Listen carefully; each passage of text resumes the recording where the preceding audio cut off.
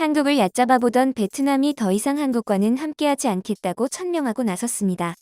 이제 한국의 도움을 받지 않아도 될 만큼 든든한 뒷배가 생겼기 때문인데요.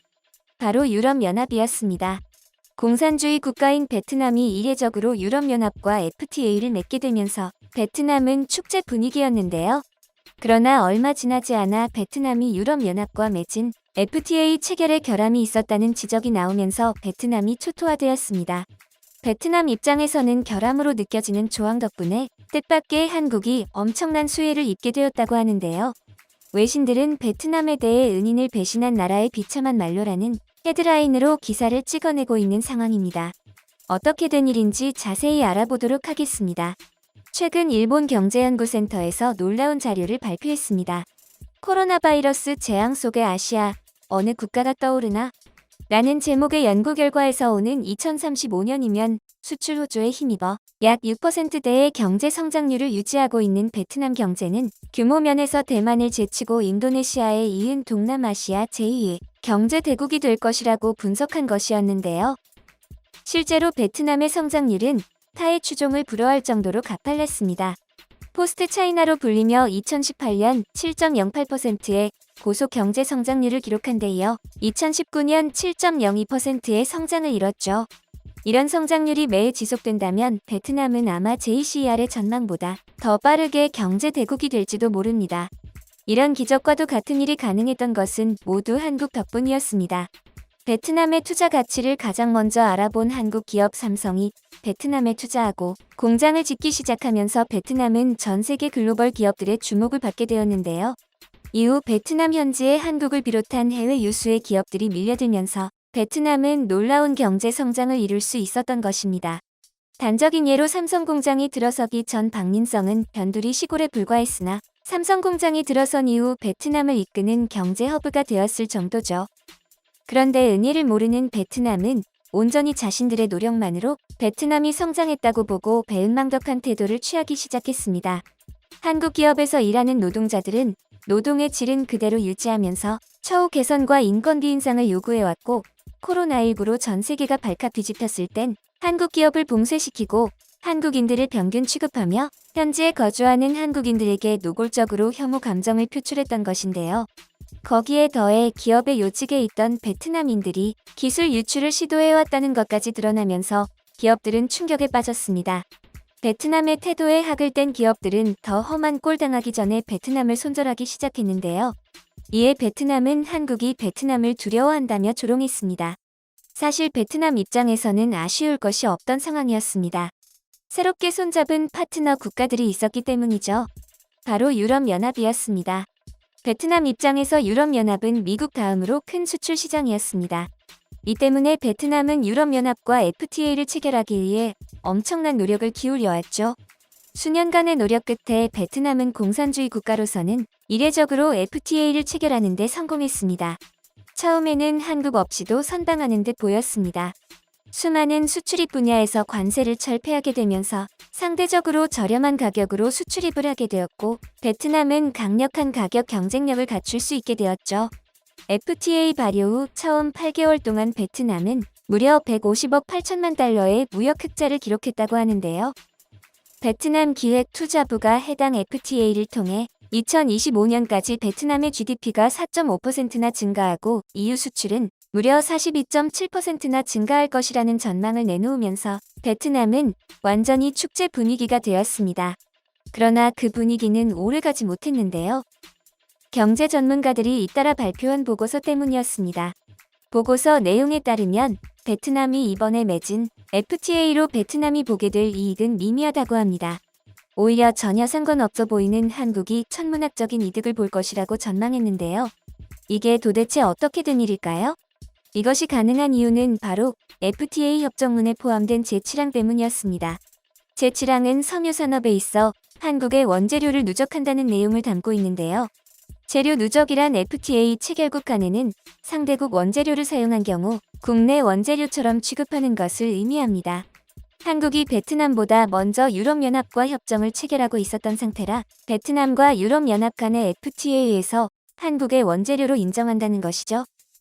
한국산 직물로 베트남에서 의류 제품을 생산하는 경우 베트남산으로 인정받을 수 있게 했지만 이를 위해서는 세탁, 페인팅 등 단순한 작업이 아닌 인조 섬유의 압출, 절단을 포함한 제조 등 충분한 가공 공정을 거쳐야 하며 원산지 증명서에 한국산 직물을 사용했다는 문구를 기입해야 합니다. 한국은 베트남의 주요 의류 원무자재 수출국이므로 유럽연합과 베트남 FTA를 통해 한국의 의류산업 기업들이 큰 수혜를 보게 된 것이었죠. 사실 이 조항은 매우 이례적인 것이었습니다. 원래 유럽연합은 해당 국가에서 제조한 직물로 의류를 만들어야만 원산지 결정 기준을 충족할 수 있는데요. 뒤늦게서야 이 사실을 알아챈 베트남은 난리가 났죠. 그도 그럴 것이 베트남에서 한국산 직물을 사용해 이것저것 가공을 하게 되면 FTA 원산지 규정을 충족하면서 베트남에서 유럽연합에 수출할 때 한국 기업이 관세 혜택을 받게 되기 때문이었죠. 한편 베트남은 대표적인 의류 생산 기지로 인도에 이어 세계 2위 규모를 자랑하는데요. 2018년 기준 수출액이 무려 360억 달러였는데요. 한화로 46조 5천억 원이나 되는 거금이죠. 이 중 유럽연합의 비중은 42억 달러에 달했습니다. 돈 많이 벌어서 베트남 좋은 것 아니냐 싶으실 텐데 문제는 베트남이 의류 완제품 생산에만 머무르며 원단의 상당 부분을 해외로부터 수입하고 있다는 것입니다. 거의 의존적인 모습을 보여왔죠. 의류의 최종 생산 과정에는 설비가 별로 투입되지 않기 때문에 사실상 재봉틀과 노력만 있으면 생산이 가능하다고 합니다. 하지만 베트남이 원단을 수입하기 때문에 원단 생산에는 노동력보다는 설비와 장치가 중요하다는 전문가의 의견이 있는데요. 현재 베트남이 수입하는 원단의 57.8%가 중국산이라고 합니다. 중국산 원단으로 만들어낸 의류는 유럽연합에 수출할 때 관세 면제 혜택을 받지 못하는데요. 그것은 중국이 FTA 미가입 국가이기 때문이죠. 그렇기에 중국산 원단으로 만든 것을 유럽에 수출하려면 베트남은 최대 15%의 관세를 내야 합니다. 그런데 흥미롭게도 한국이 베트남의 2대 원단 수출국이었죠. 중국산보다는 아니더라도 한국산도 많이 수입하고 있었는데요. 베트남에게 한국과 중국이라는 두 가지 선택지가 있는데 베트남이 미치지 않고서야 관세 면제 혜택이 적용되는 한국을 고르지 않을 이유가 없었습니다. 그렇게 베트남에서 한국산 원단 수요는 하늘 높은 줄 모르고 치솟았죠. 그런데 베트남이 미치고 팔짝 뛸 또 다른 한 가지 이유가 있었는데요. 베트남 현지 의류 공장 중 절반 이상이 한국 기업이라는 사실입니다. 베트남과 유럽연합의 FTA로 가장 큰 이득을 보는 것은 베트남도 유럽연합도 아닌 한국이 되게 된 것이죠. 자신들을 손절하던 한국이 뜻밖의 이득을 보게 되자 베트남은 배가 아팠습니다. 한국이 잘 되는 꼴을 보기 싫다면 베트남에서 직접 원단을 생산해야만 했는데요.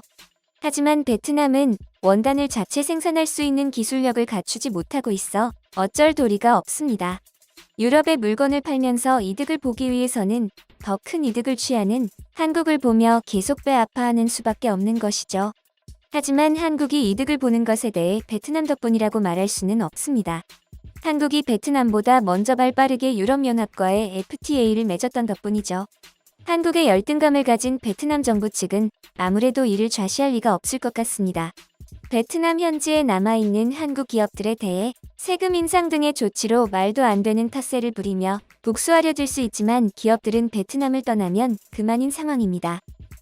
해외 기업에 대한 트집과 요구사항은 많아진 반면 인건비는 비싸진 베트남은 더 이상 기회의 땅이라고 부를 수 없습니다. 인건비가 훨씬 저렴하면서 유망한 나라로 인도네시아, 인도, 방글라데시 등이 있는데요. 우리 기업들이 더 이상 베트남에 미련을 가질 이유가 없는 것이죠. 한편 베트남은 이제 인건비를 내리고 싶어도 못 내리게 되었습니다. 유럽연합과 어떻게든 FTA를 체결하기 위해 유럽연합 측에서 내건 조건을 수락했기 때문인데요. 유럽연합이 제시한 조건은 노동 환경의 개선이었습니다. 노동자의 인권 문제, 환경이나 기후 변화 문제 같은 것들을 고려해 정부 차원에서 개선시켜야 한다는 내용이었는데요. 베트남이 이 조건을 받아들이면서 FTA가 체결되었고 이제 베트남은 노조와의 단체 협상을 시작해야 합니다. 또한 복수노조도 허용해야 하죠. 공산주의 국가인 베트남에서도 노동자의 목소리가 커질 수 있다는 소식인데요. 이렇게 되면 베트남 정부의 통제력은 점점 약해질 수밖에 없을 것입니다. 이보다 더 큰 문제는 노동자의 처우 개선이 이루어지면서 임금 또한 인상된다는 것입니다. 한때 최빈국이었던 베트남은 한국의 도움으로 경제가 성장해 지금에 이르게 되었는데요. 선진국은 아니고 이제 완전히 빈곤한 나라도 아닌 어중간한 베트남이 앞으로 어떻게 경제 성장을 도모할 것인지 귀추가 주목되고 있습니다.